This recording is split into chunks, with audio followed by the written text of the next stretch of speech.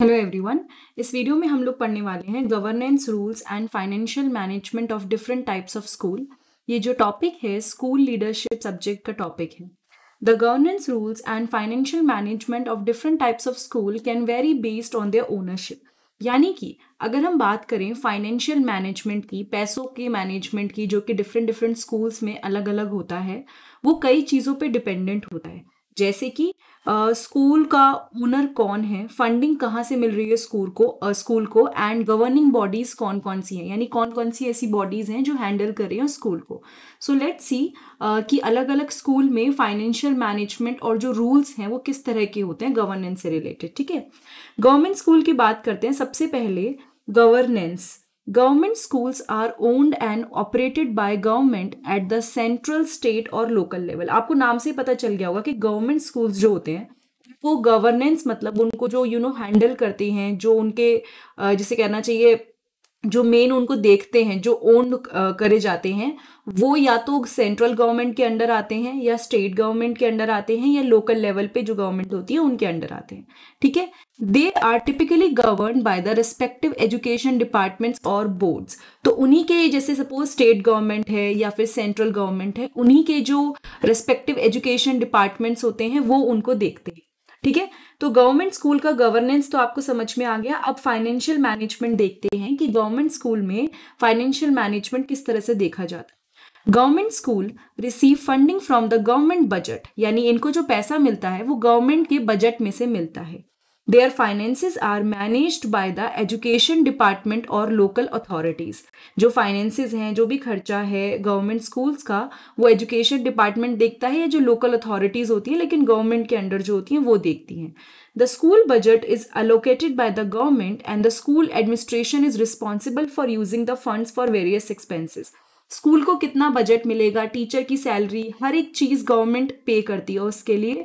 And जो school administration होता है वो उसको देखता है कि कहाँ पे कितना खर्चा करना है, कहाँ पे फंड को लगाना है। ठीक है, सैलरीज ऑफ टीचर कितनी जानी है, ये सब कुछ लेकिन आता गवर्नमेंट के पैसों से है, लेकिन एडमिनिस्ट्रेशन डिपार्टमेंट ये देखता है कि कहाँ कहाँ पे पैसा लगाना है। ठीक है, इंफ्रास्ट्रक्चर पे कितना पैसा लगाना है, मेंटेनेंस, अगर कोई चीज खराब हुई है उसको ठीक करना है तो पैसा कहाँ लगाना है, एंड जो बाकी के एजुकेशनल रिसोर्सेज हैं उस पर पैसा कहाँ लगाना है। तो ये देखने वाली बात भी है कि सब कुछ यहाँ पर, क्योंकि सैलरी और हर एक चीज गवर्नमेंट से आता है, तो गवर्नमेंट स्कूल्स की जनरली जो फी होती है ना बच्चों के लिए वो बहुत कम होती है। ठीक है, बहुत ही ज्यादा कम होती है as compare to private schools. Now private unaided schools. Private unaided schools are owned and managed by private individual, trust और organization। तो प्राइवेट अनएडेड स्कूल्स जो होते हैं ना, उनको जो ओन करता है, मतलब जो उनको देखता है, वो या तो प्राइवेट इंडिविजुअल्स के अंडर आता है या फिर कोई ट्रस्ट होते हैं कई सारे, जो कई लोगों का मतलब कई लोगों से मिलके बने होते हैं, या ऑर्गेनाइजेशन, ये लोग देखते हैं प्राइवेट स्कूल्स को। They have more autonomy in terms of administration and curriculum compared to the government school। देखो जो गवर्नमेंट स्कूल्स होते हैं ना, उसमें सपोज अगर सेंट्रल गवर्नमेंट है, जैसे एग्जांपल देती हूँ, सेंट्रल गवर्नमेंट का एक स्कूल हो गया केवी, तो केवी में जो करिकुलम एक केवी में चलेगा वही सारे केवी में चलता है। ठीक है, लेकिन यहाँ पर क्या होता है ना कि अगर वो एक स्कूल है या सपोज 4 स्कूल हैं जो कि किसी एक पर्सन के अंदर आते हैं, मतलब किसी पर्सन कंट्रोल करता है कोई उन्हें, प्राइवेट इंडिविजुअल हो गए, ट्रस्ट हो गए, ऑर्गेनाइजेशन हो गए, तो उनको दे हैव मोर ऑटोनॉमी, मतलब कंट्रोल ज्यादा अच्छा होता है as compare to the government schools, क्योंकि गवर्नमेंट में हर एक चीज ना गवर्नमेंट के कहने पे चलती है। यहाँ पे भी पॉलिसीज फॉलो होती है लेकिन यहाँ चेंजेस लाते हैं। तो इसलिए आपने देखा होगा कि जो प्राइवेट स्कूल्स होते हैं उसमें कई सारी अलग चीजें होती है एज कंपेयर टू जो गवर्नमेंट स्कूल में देखने को मिलती है। ठीक है, एडमिनिस्ट्रेशन में यहाँ थोड़ा चेंजेस होते हैं, करिकुलम यहाँ पे अलग होता है as compare to the government schools. Financial अगर हम मैनेजमेंट की बात करते हैं प्राइवेट स्कूल्स की, तो private unaided schools rely on tuition fees and other sources of income such as donations, sponsorships for their financial sustenance. सबसे इंपॉर्टेंट चीज तो बच्चे जो पैसे देते हैं उन्हीं से इनका सारा का सारा जो भी काम होता है वो चलता है। कई बार उनको डोनेशंस मिलते हैं, अगर ट्रस्ट वगैरह के अंडर ये स्कूल आता है तो अब यहाँ पे डोनेशंस मिलते हैं या कई बार स्पॉन्सरशिप मिलती है, but mostly it relies on the जो भी पैसा बच्चों से आ रहा है उस पर रिलाइड होता है। ठीक है, तो इसीलिए जो प्राइवेट स्कूल्स होते हैं उनकी फी बहुत हाई होती है। They have the freedom to determine their fee structure and budget allocation. वो अपने हिसाब से, यानी कि सपोज यहाँ पे 4 इंडिविजुअल है जिनका ये स्कूल है, तो उन्हें ऐसा नहीं कि गवर्नमेंट की परमिशन की बहुत ज़्यादा ज़रूरत है अपने फीस स्ट्रक्चर को डिफाइन करने में। यस, रूल्स एंड रेगुलेशन में they will ask government, and वहाँ पे वो गवर्नमेंट की पॉलिसीज फॉलो करते हैं, बट अपना फीस स्ट्रक्चर और बजटिंग वो अपने हिसाब से एलोकेट कर सकते हैं। School management oversees financial planning and ensure resources are allocated to meet expenses and improve infrastructure and education facilities.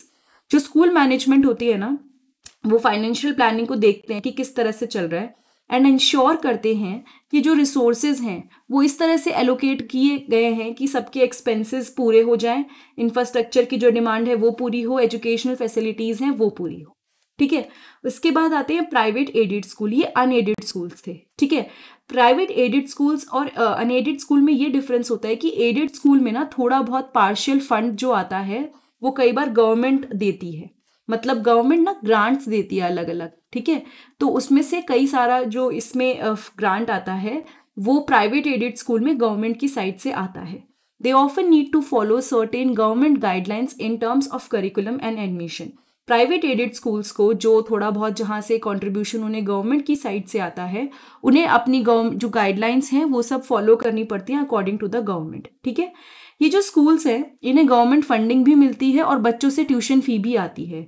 The financial management involve utilising government grants and fee collection to meet operational cost and maintain the quality of education.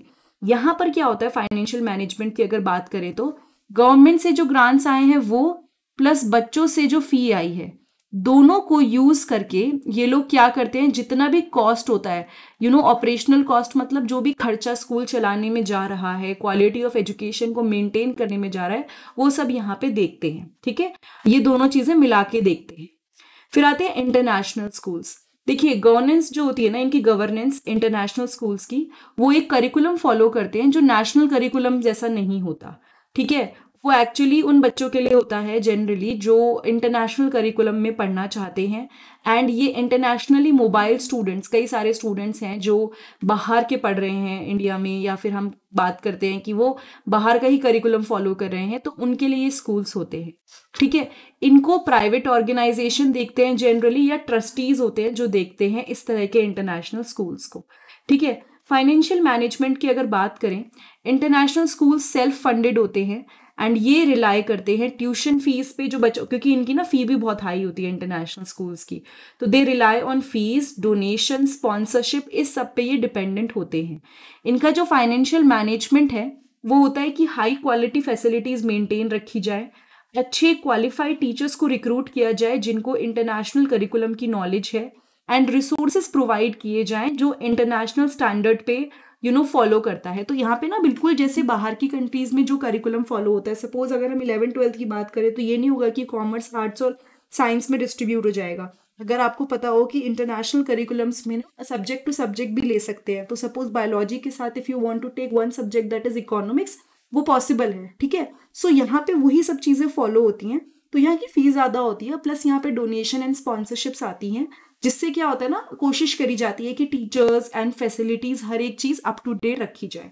ठीक है, फिर आते हैं charter schools. Charter schools are publicly funded but operate with greater autonomy than traditional public schools. Publicly funded होते हैं लेकिन ज्यादा autonomy के साथ हैंडल किए जाते हैं एज जो पब्लिक स्कूल्स आपके ट्रेडिशनल होते हैं।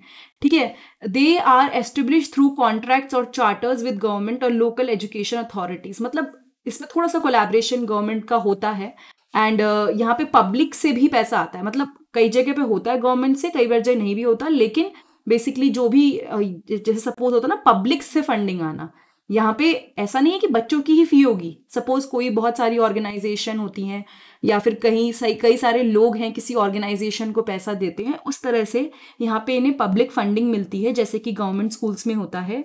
दे may also receive additional funding from private sources और ग्रांट्स। ठीक है, पब्लिक फंडिंग तो मिलती है बट कई सारे प्राइवेट सोर्सेज से और ग्रांट से उनको फाइनेंशियल मैनेजमेंट में हेल्प मिल जाती है, एंड ये इनके पास फ्लेक्सिबिलिटी होती है कि ये अपने फंड्स को किस तरह से एलोकेट करना चाहते हैं ताकि बच्चों की, स्कूल की हर एक चीज़ का ध्यान रखा जाए, एजुकेशनल प्रोग्राम्स को रन किया जाए। सो बेसिकली हर एक स्कूल जो है उसकी अपना एक गवर्नेंस स्ट्रक्चर है एंड अपनी खुद की फाइनेंशियल मैनेजमेंट प्रैक्टिसेस हैं जो कि कई चीज़ों पे आधारित होती है, कई चीज़ों से इन्फ्लुएंस्ड होती है कि वहाँ पे फंडिंग कौन कर रहा है, लोकल वहाँ पे रूल्स क्या है, रेगुलेशन क्या है और क्या विजन है। कई लोगों का जो स्कूल खोलते हैं उनका एक्चुअली विजन ये होता है कि ज़्यादा से बच्चों को पढ़ाना और कम से कम पैसा लेना, तो उस पर भी डिपेंडेंट हो सकता है वो प्राइवेट स्कूल ही हो बट फी कम हो। सो effective financial management is essential to ensure schools can provide quality education and meet the need of their student and staff while maintaining transparency and accountability. So effective financial management बहुत ज़रूरी है ये ensure करने के लिए कि quality education मिल रही है, सही जगह पे जहाँ ज़रूरत है वहाँ पैसा लग रहा है एंड साथ के साथ ट्रांसपेरेंसी एंड अकाउंटेबिलिटी भी है कि हमें पता है कि स्कूल में पैसा कहाँ जा रहा है, किस तरफ जा रहा है या सही जगह लग भी रहा है कि नहीं लग रहा। सो जो ये टॉपिक है ये स्कूल लीडरशिप का टॉपिक है। इस सब्जेक्ट की और बहुत सारी वीडियोस हैं जो आपको मेरे चैनल पे प्लेलिस्ट में मिलेंगी एंड कई और वीडियोस बीएड की वो सब आपको मेरे चैनल पे मिल जाएंगी। साथ के साथ आप लोग क्या कर सकते हैं ना, अगर वीडियो अच्छी लगी है तो चैनल को सब्सक्राइब कर लीजिए एंड बेल बटन को प्रेस करके वीडियो को शेयर भी कर सकते हैं। साथ के साथ अगर आपको मेरी किसी भी वीडियो से बेनिफिट हो रहा है, नीचे डिस्क्रिप्शन बॉक्स में एक लिंक है that is by me a book, वो यूज़ करके यू कैन डोनेट। एंड अगर कोई डाउट है, कोई चीज़ नहीं समझ आई है तो प्लीज़ कमेंट सेक्शन में मुझे बताइएगा। बट अगर वीडियो अच्छी लगी है तो प्लीज़ लाइक कीजिएगा। Thank you so much, have a nice day, I will see you next time in the next video.